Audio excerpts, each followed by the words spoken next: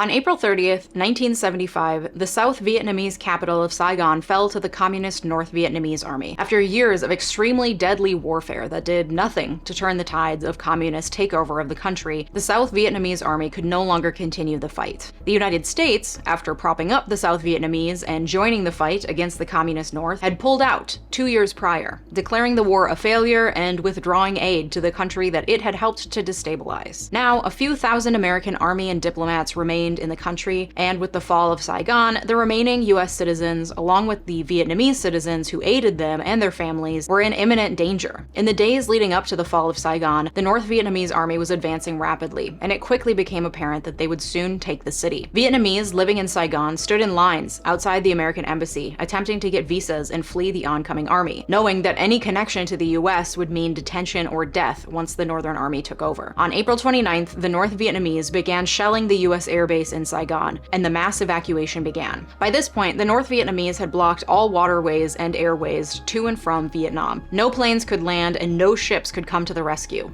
The only way out was via helicopter evacuation to waiting US Army ships out in open sea. The US Embassy became the only way to escape Saigon. 10,000 Vietnamese pushed against US Embassy gates, hoping to get a spot on the departing helicopters. Pilots flew for 19 hours straight. Helicopters landed in 10-minute intervals across the US Embassy grounds, including on the embassy roof. In less than 24 hours, over 7,000 people were evacuated from Saigon via helicopter, including 5,500 Vietnamese citizens. On April 30th, what remained of the US-backed South Vietnamese government resigned unconditionally, and North Vietnamese tanks drove through the streets of the now-occupied Saigon. A military government was instituted, and on July 2nd, 1976, the country was officially united as the Socialist Republic of Vietnam. What started as US intervention to keep communism from spreading further into Asia ended in a bloody, failed, years-long war that resulted in over 58,000 US military deaths and over 3 million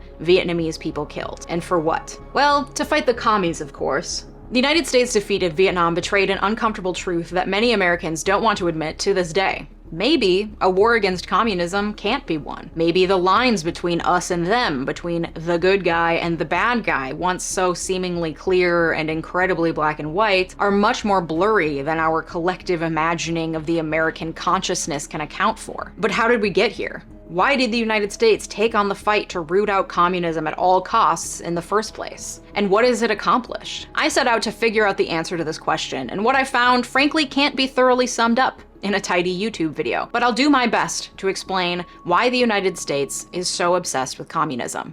Roll the intro.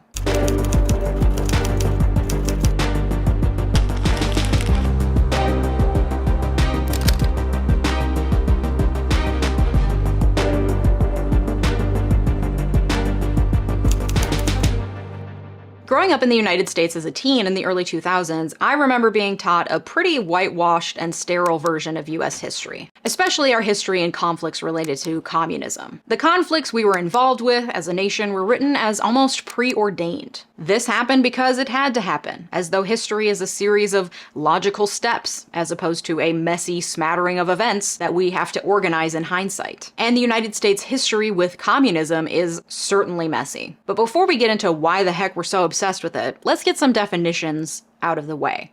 What the heck even is communism? Well, to answer that question, we also have to answer the question, what is socialism? Because communism is a type of socialism, or an outgrowth of socialism. In the most basic sense, socialism is a social and economic system that involves public, as opposed to private, ownership and control of property and natural resources. Under the socialist view, individuals live in cooperation with one another, and everything people produce is in some sense a social product. So everyone who contributes is also entitled to a share in the production of society. Therefore, the society as a whole should own or control property for the benefit of all its members. This is, of course, an extremely simplified view of socialism, and two key divisions have occurred to complicate this doctrine. First, socialists disagree on the extent and kind of property that society should own and control. Should society own everything, including the shirt off your back? Or is there flexibility for some private ownership? What about small businesses like farms and shops? And second, there's disagreement about the way in which society is to exercise its control over property and resources.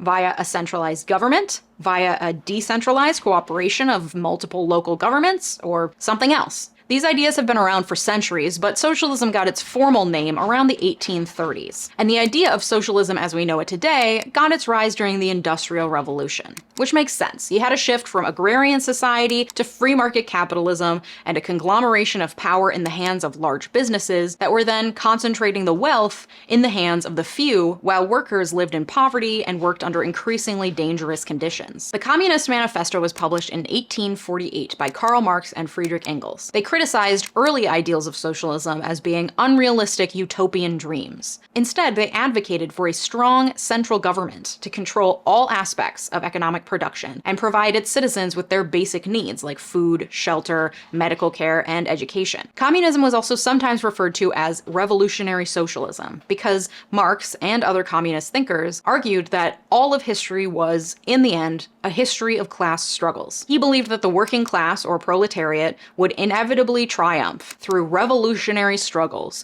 over the wealthy class, or bourgeoisie, gaining control over the means of production and ultimately erasing class distinctions. And this theory was put to the test in Russia during the Russian Revolution of 1917 and the installation of the world's first communist government in the Soviet Union. In the United States around this time, the Socialist Party was seeing its heyday. In the years before World War I, the Socialist Party in the United States claimed 113,000 members, making it one of the largest socialist movements in the world. In the 1912 and 1920 elections, the Socialist Party gained 900,000 votes, most notably for Eugene V. Debs, who was running for president, at one point running from prison. I made a whole separate video about that. In 1919, the party splintered when the communist members split and eventually formed the Communist Party USA. Though their official numbers were smaller, topping out at 66,000 members in 1939, the Communist Party was able to amass 115,000 votes for Senate races in 1940. That all fell apart after World War II. Despite the fact that the United States was briefly allied with Russia to defeat Germany during World War II, immediately after the war, Russia claimed control over much of Eastern Europe instead of reinstating independence to the countries it helped liberate from the Germans, thus forming the USSR. It was in this fallout from World War II that the US obsession with communism took full force. Prior to the Second World War, communists and socialists existed in the United States with some skepticism, especially given the human rights abuses committed by the newly formed Soviet Union. But after the Second World War, the zeitgeist against communism began in full force. This was aided by the founding of the House Un-American Activities Committee. Founded in 1938 to root out Nazi sympathizers in the government, the committee became a central force for rooting out communism in all arms of society, including holding highly publicized hearings targeting Hollywood, leading to the creation of a blacklist and ruining the careers and lives of many budding artists in Hollywood for the next decade. In 1947, President Truman put forth what would become known as the Truman Doctrine, pledging that the United States would help any nation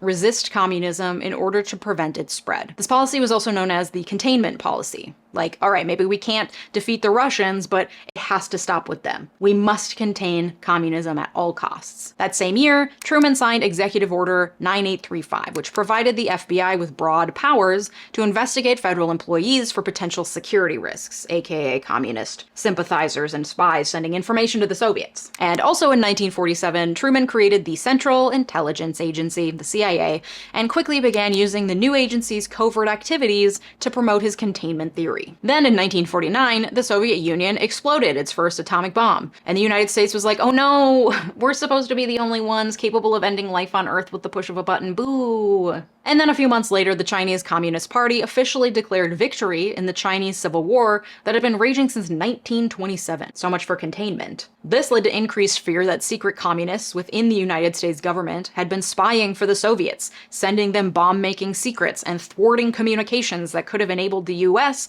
to ward off the communist victory in China. And it was in this national atmosphere, just ripe with fear, that Wisconsin Senator Joseph McCarthy burst onto the scene in February of 1950. At what was supposed to be a low-profile speech in the small town of Wheeling, West Virginia, McCarthy waved a sheet of paper in the air, proclaiming to the audience, "I have here in my hand a list of 205 names that were made known to the Secretary of State as being members of the Communist Party, and who, nevertheless, are still working and shaping U.S. policy. It was later revealed that he didn't actually have a list, and when pressed for names, he waffled, saying he actually had 57 names, and then saying he had 81 names, and then finally promising that he definitely had at least one name for one communist in the government. But even though his evidence was shaky at best, that didn't matter. He had lit the flame, fanned by fear and paranoia of what would become known as the Red Scare. Throughout the early 1950s, American leaders regularly told the public to be fearful of the subversive influence of communism in their lives. Communists could be lurking anywhere, on college campuses, in labor unions, among artists and journalists, in your children's school. Boo! Senator McCarthy capitalized on this paranoia, launching a series of highly publicized probes into alleged communist penetration into all arms of the government: the State Department, the White House, the Treasury, the Army. At the University of California, 31 professors were dismissed in 1950 for refusing to sign a loyalty oath. The Senate Internal Security Act mandated that all communist organizations had to register with the government, giving the Senate greater power to investigate potential communists for sedition and revoking or barring citizenship to suspected communists. This anti-communist fervor played out in courtrooms as well. In 1950, a couple named Julius and Ethel Rosenberg were indicted on charges of giving nuclear secrets to the Russians. Julius had worked briefly at the U.S. Army Signal Corps Laboratory in New Jersey, where he had access to classified information. He and his wife Ethel had also been members of the American Communist Party in the 1930s. Based on evidence that was shaky at best, Ethel and Julius were found guilty in 1951 of espionage under Section 2 of the Espionage Act of 1917, which stated that anyone found guilty of transmitting information related to national defense to a foreign country could be imprisoned for life or put to death. In June 1953, both Ethel and Julius were executed via the electric chair. Several decades later, evidence came out that definitively showed Julius, but not Ethel, had given information to the Soviet Union. If the Espionage Act of 1917 sounds familiar, that's because it's the same law that Chelsea Manning, Julian Assange, Edward Snowden, and more recently, the former president of the United States, Donald J. Trump, have all been accused or charged with violating. The Rosenbergs remain the only people put to death for espionage during peacetime in the United States. The FBI continued to fan the flames of the Red Scare by assisting in the production of blatant anti-communist propaganda films and television shows, including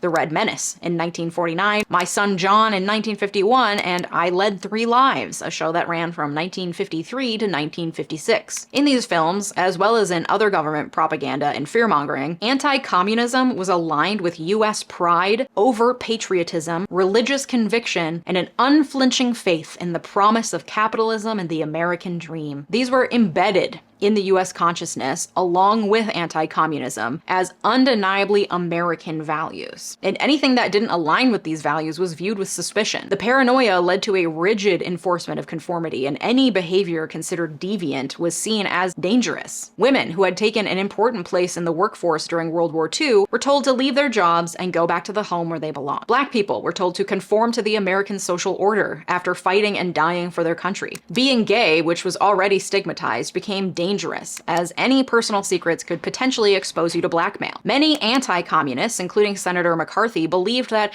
gay men were morally weak and were therefore particularly predisposed to betraying their country, and that lesbians and gay men could be easily blackmailed by Soviet agents because of their deviant sexual behavior. Not only that, but religion, and most importantly Christianity, became a central bulwark for warding off impending communist doom. McCarthy described the anti-communist movement as an all-out battle between communistic atheism and Christianity. Religious conservatives pushed for the traditional nuclear God-fearing family to protect against the spread of atheistic communism, which was often conflated with totalitarianism after the war. Public displays of religiosity became a prime way in which Americans sought to differentiate themselves from what they considered to be atheist communism. The Pledge of Allegiance was altered to include the words "One Nation Under God" in 1954. "In God We Trust" was adopted as the official national motto in 1956. And one of the most popular films of the decade was The Ten Commandments, which retold the story of Exodus as a Cold War parable. Through this parable, paranoia and propaganda, communism became inextricably linked with amorality, and the idea of fighting communism was permanently implanted in the American psyche as inherently moral, Christian, patriotic, and the ultimate show of being a true American. And the internal fight to root out communism from all facets of American life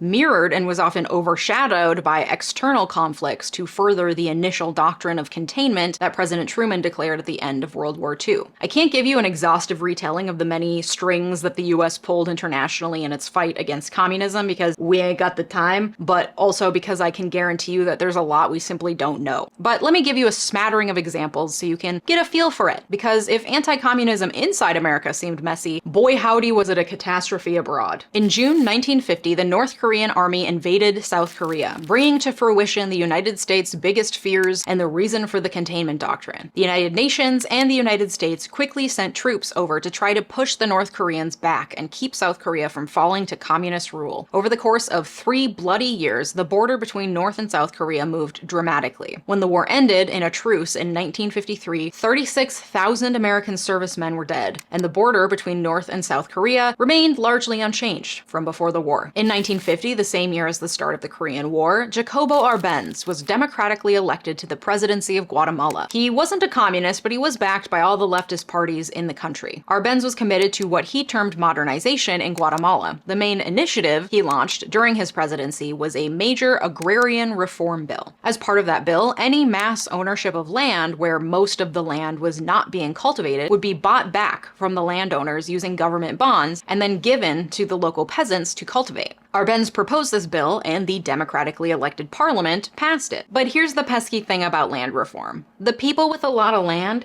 really don't like it.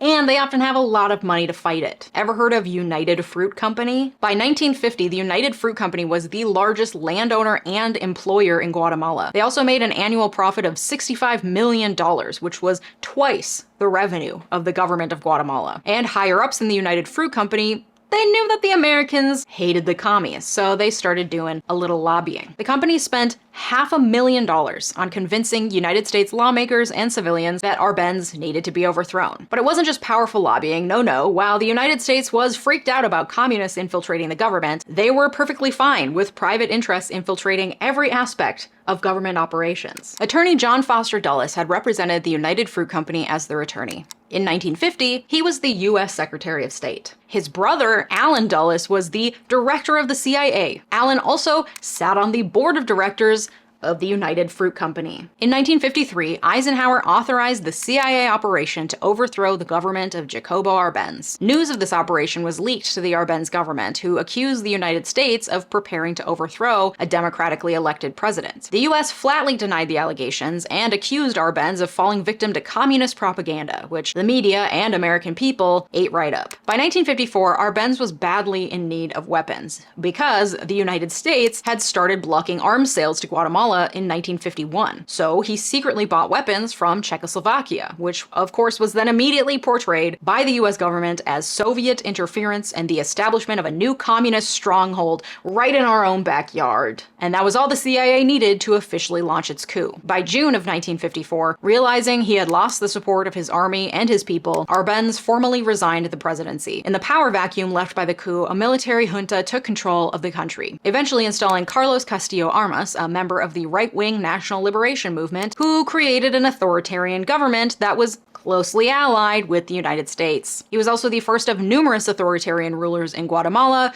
whose reversal of Arbenz's reforms led to the Guatemalan Civil War, which lasted from 1960 to 1996. In 1960, the Republic of Congo declared its independence from Belgian rule and held its first democratic elections. The country elected its first prime minister, Patrice Lumumba. Shortly after he assumed office, a Belgian military invasion pushed Lumumba out of power, leading to widespread unrest. And the US, thousands and thousands of miles away, was like, yes, hi, hello, we can help. They decided that the unrest provided fertile ground for what else? Communist invasion.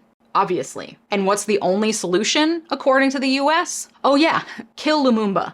the democratically elected prime minister. The CIA encouraged and facilitated Lumumba's capture in 1960 and assassination in 1961. This incident helped to instigate the Congo Crisis from 1960 to 1965, during which a military leader named Mobutu Sese Seko consolidated power. In 1965, the CIA supported Mobutu's coup in the name of preventing the spread of communism. Mobutu became a dictator and ruled the country from 1965 to 1997. Closer to home, the pro-American military Batista dictatorship in Cuba was overthrown by communist revolutionaries led by Fidel Castro in 1959. The immediate U.S. embargo on Cuba, once a playground for America's rich and famous, economically cut the island off at its knees. Ironically, the U.S. act of the embargo created what?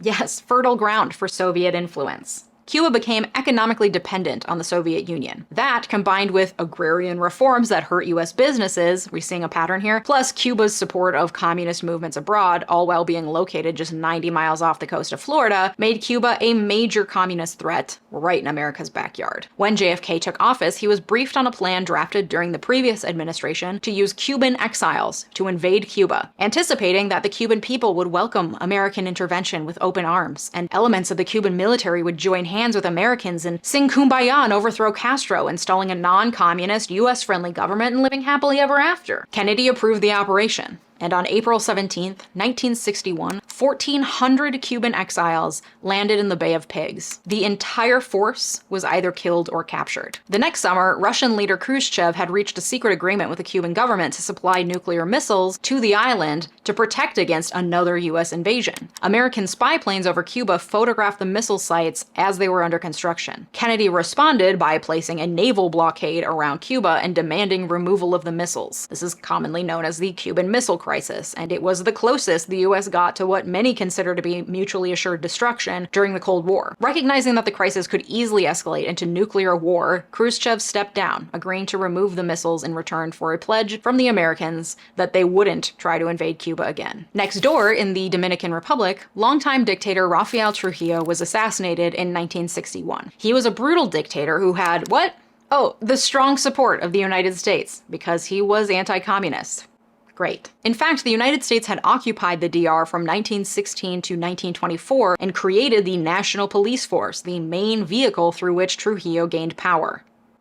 Yikes. After Trujillo's assassination, the people of the Dominican Republic elected Juan Bosch to the presidency in 1962. But then he was overthrown by the military, sending the country into chaos, and the United States feared another Cuba was happening in the DR, so in 1965, the US sent 22,000 troops to the DR, which eventually brought an end to the fighting and installed a conservative US sympathetic government. We seeing the pattern here? Around this same time, in 1963, the United States had sent thousands of US soldiers to Vietnam to help fight against the Northern Communist government. When the war in Vietnam began, it was assumed that the North Vietnamese would fall quickly. They were seen as less than human, primitive beings who lived in grass huts. President Johnson called Vietnam a raggedy-ass fourth-rate country.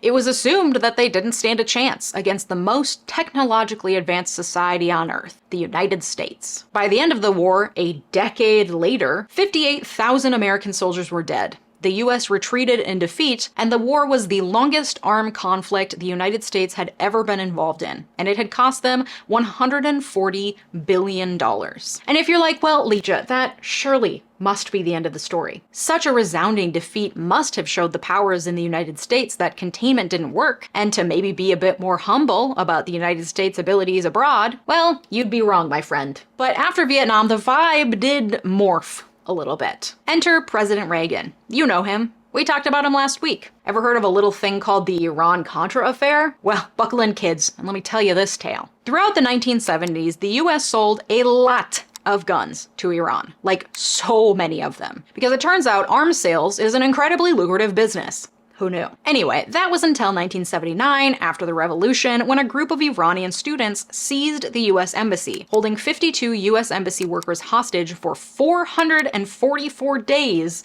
until 1981. The Iran hostage crisis firmly cemented anti-American sentiment in Iran and anti-Iranian sentiment in the US, and led to an arms embargo against Iran. When Reagan took office in 1981, he was like, yeah, let's definitely continue that arms embargo. And he even went to other other countries and was like, did you hear about our arms embargo? You should definitely not sell arms to Iran. That would be so bad. At the same time, Reagan was absolutely obsessed with the socialist Sandinista government in Nicaragua. But by the 80s, the US had gotten a little smarter, I guess, at least less willing to openly back violence and coups in other countries. They still did it, but like secretly. You know? And Congress had passed a bill forbidding the use of appropriated funds to back the Contras, a conglomeration of various rebel groups who fought against the Sandinistas in Nicaragua. And Reagan was like, no, why?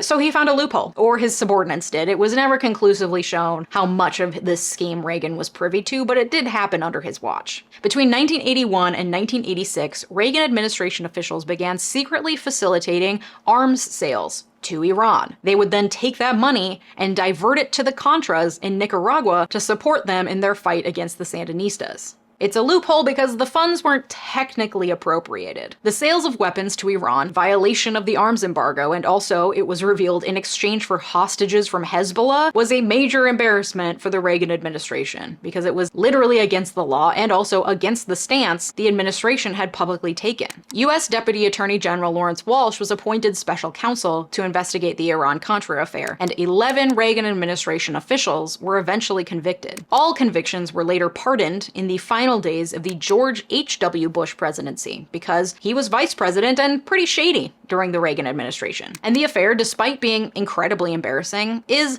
but a tiny footnote in the legacy of the Reagan presidency, which has been built into a heroic myth by Republicans. See my video about Reagan last week for more. In the years since Vietnam and the Iran-Contra affair, the US has continued to covertly stick its nose into affairs. The justification for this meddling, however, has changed. With the end of the Cold War, symbolized by the fall of the Berlin Wall in 1989, the specter of communism has lifted. The fear that country after country would topple to Soviet communist rule was proved meritless, but instead, a new fear emerged. Throughout the 1980s, the CIA armed and financed Mujahideen rebels fighting the USSR in Afghanistan, because communism, which benefited, either directly or indirectly, depending on who you ask, the newly formed group, Al-Qaeda, and their leader, Osama bin Laden. On February 26, 1993, a van carrying a homemade bomb entered the lower area of the North Tower of the World Trade Center complex in New York City and detonated. What was meant to send both towers tumbling and kill thousands of people resulted in 6 deaths and the evacuation of 50,000 people in the area. One of the prime conspirators for the bombing was a man named Ramzi Youssef, who had spent time at an Al-Qaeda training camp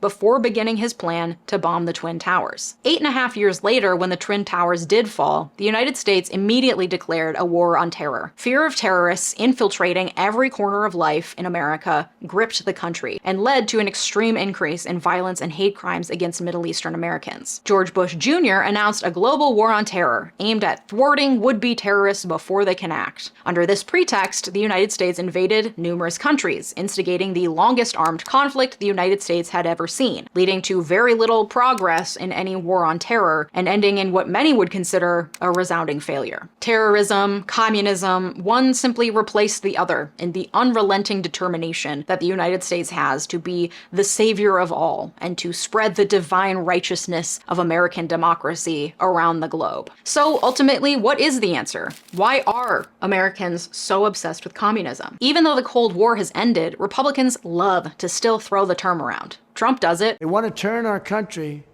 into a communist country, Marxist country. Marjorie Taylor Greene does it. She calls all Democrats the Communist Party of the United States of America. A recent Pew Research study showed that a large majority of Republicans and Republican-leaning independents held a negative view of socialism, saying that socialism undercuts people's initiative and work ethic, making people too reliant on the government for support, and pointing to socialist failures in other countries as proof that socialism doesn't work, or simply saying that socialism is not consistent with United States democracy. Anecdotally, if you ever find yourself on the far-right side of TikTok, which I do not recommend, communist fear-mongering is alive and well, and according to some, the commies have taken over the entire government. As ever, many Republicans use the specter of communism to get American voters to believe that Democrats will bring forth an oppressive future that will mirror the brutal mistakes of communism's past. And terrorism and communism have overlapped in the right-wing American psyche to stand for everything dangerous, oppressive, and un-American. During the Republican National Convention, Donald Trump Jr. pledged that a vote for his dad would bring about a world in which the good guys persevere over dark forces, saying, "Imagine a world where the evils of communism and radical Islamic terrorism are not given a chance to spread, where heroes are celebrated and the good guys win." And that is just about as good a summation as any to answer the question, why are Americans obsessed with communism? Because in our collective consciousness,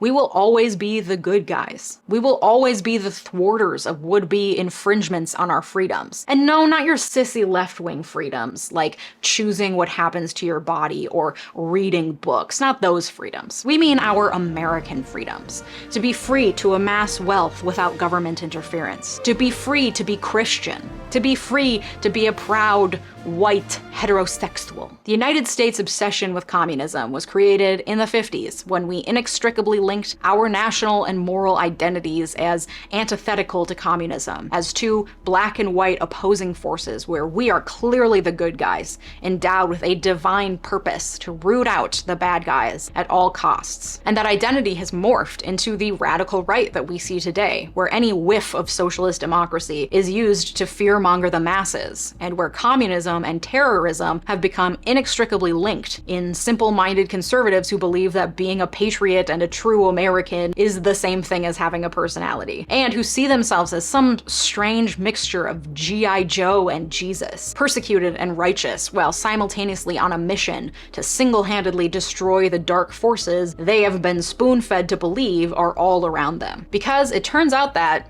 in the end, being anti-communist is as American as apple pie. If you liked this video, don't forget to check out my video from last week all about how Reagan ruined everything. Thanks so much for watching. Have a good day. Bye-bye.